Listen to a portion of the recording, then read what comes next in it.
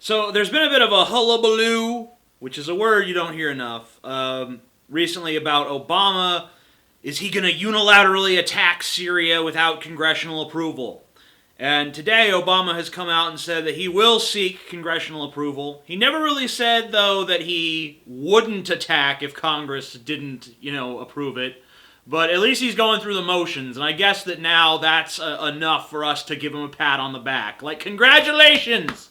You did what you're supposed to do! Good job, buddy! It's kind of like being proud of a grown man for wiping his own ass rather than just letting the shit fester in there. But I guess that we've become a country of incredibly low standards where the president can be the source of acclaim simply for doing what he's supposed to fucking do. Now, I like to be as resolute as an open-minded person can possibly be about issues before I make videos about them. And that's why you haven't seen a Syria video from me so far.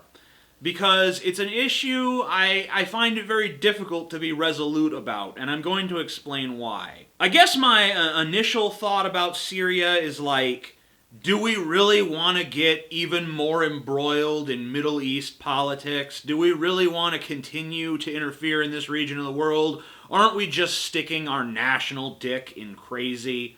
It's like we're fucking a beehive and wondering why they keep stinging us. Like, yeah, take it, beehive! Ah! My dick is covered in bee stings! Ah! That's America at this point. We need the honey, though. That's the argument. Hey, we need the honey. But then I hear Obama, who I hate, detest, and loathe, make this point. Now, this attack is an assault on human dignity. It also presents a serious danger to our national security. It risks making a mockery of the global prohibition on the use of chemical weapons. I can't help it. I'm a rational person. If I hear someone make an argument, I have to examine that argument. I have to question whether or not that argument has any validity. Do not command what you can't enforce. Sophocles said that. And he has an old, vaguely familiar Greek name, so you know that he probably knows what he's talking about. If we're not willing to enforce a ban on chemical weapons, then there effectively is no ban on chemical weapons. Now, for those of us who fail to recognize what an extraordinary privilege it is to live in the 21st century, it may be a little bit difficult to comprehend why a chemical weapons ban is so important. So I'm going to read you some descriptions of the effects of chemical agents that have been used in war straight from the Organization for the Prohibition of Chemical Weapons. Blister agents. Blister agents, or vesicants, are one of the most common CW agents. These oily substances act via inhalation and contact with the skin. They affect the eyes, respiratory tract, and skin, first as an irritant and then as a cell poison. As the name suggests, blister agents cause large and often life-threatening skin blisters which resemble severe burns. Blood agents. The name blood agent, like those of other groups of agents, derives from its effect on victims. Blood agents are distributed via the blood and generally enter the body via inhalation. They inhibit the ability of blood cells to utilize and transfer oxygen. Thus, blood agents are poisons that effectively cause the body to suffocate. Choking agents. Choking agents inflict injury mainly on the respiratory tract. That is, they irritate the nose, throat, and especially the lungs.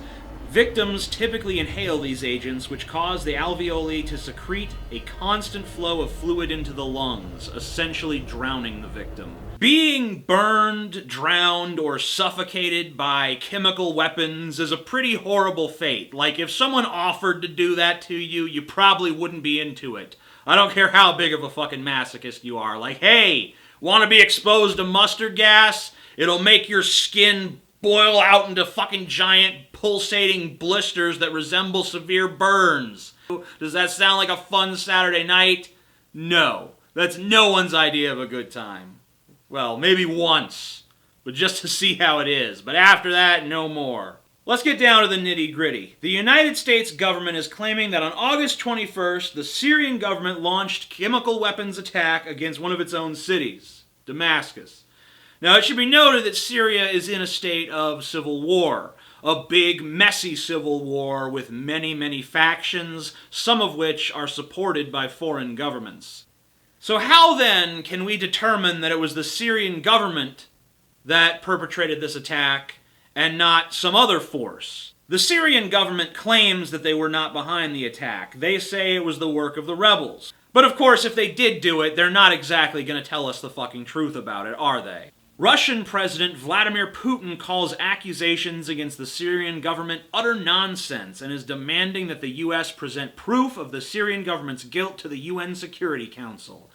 Even the Organization for the Prohibition of Chemical Weapons says that their own investigation into the matter is possibly as much as 3 weeks away from being completed.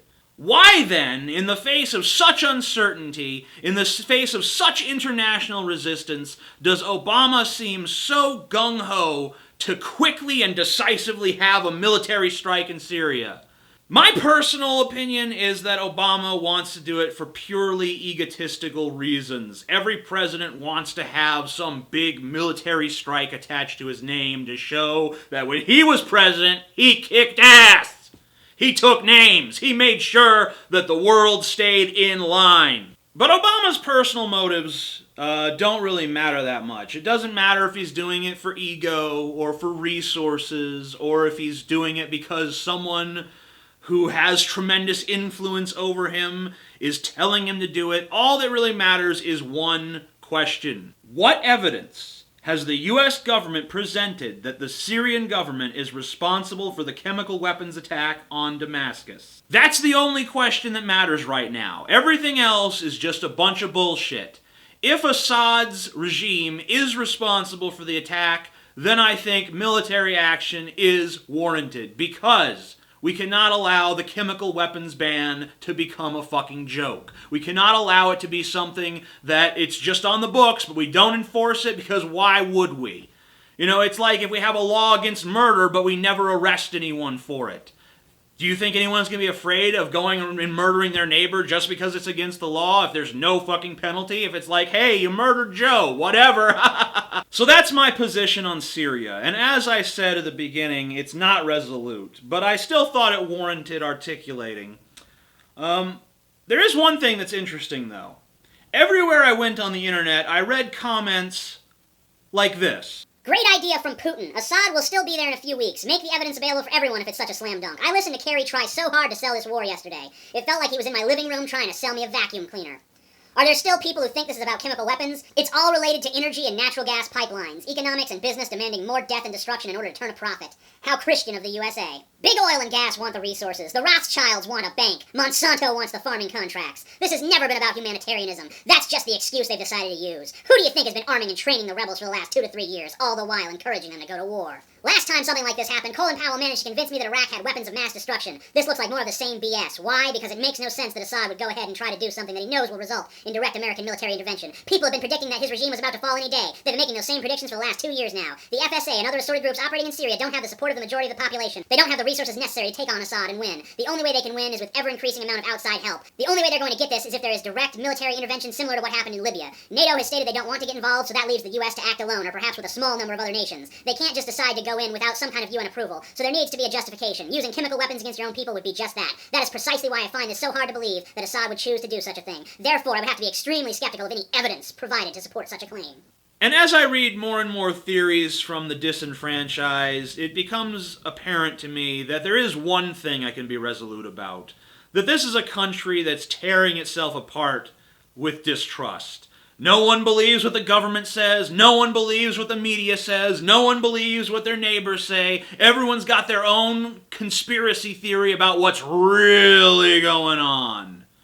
And no one really seems to care about finding the truth. It just seems like everyone is interested in promoting their own idea about what's happening. Oh no, it's those fuckers at Monsanto. Yeah, Monsanto is involved. And fucking Halliburton's probably in there too. And Bilderberg, you know they're there. The Illuminati, fuck yeah. They're fucking pulling the strings.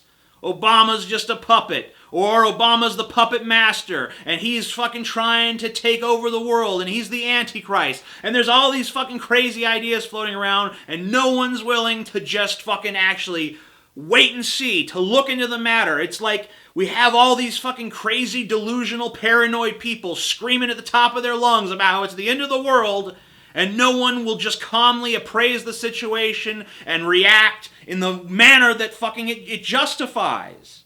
You know, we're tired of these military conflicts. We don't want to fight another fight. But that's not a good enough reason to ignore this. And neither are any of these other things. We still, at the end of the day, no matter who has what fucking agenda, we have to figure out who fucking perpetrated this attack and punish them. That's the fucking bottom line. I mean, Syria might be a problem, folks, but Syria is not our biggest fucking problem.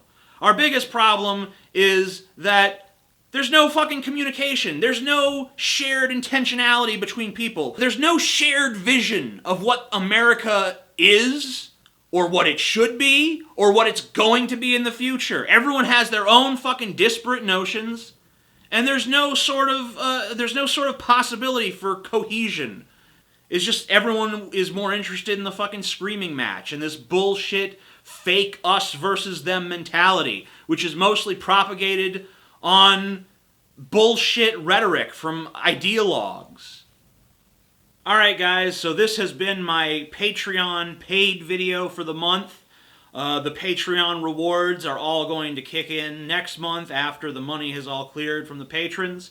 If you would like to be my patron, I invite you to please check out the Patreon link below. Watch the video on that page. It will explain what Patreon is and how I am utilizing it and how you can help me to build this channel up and make sure that this channel has a future. And I just want to say thank you guys for supporting this channel, for making sure that it's possible for me to come out here every week, say the shit I say, do the shit I do, knowing that you guys have got my back. Even if you don't agree with me 100% of the time, you're still willing to listen, and I appreciate it very much.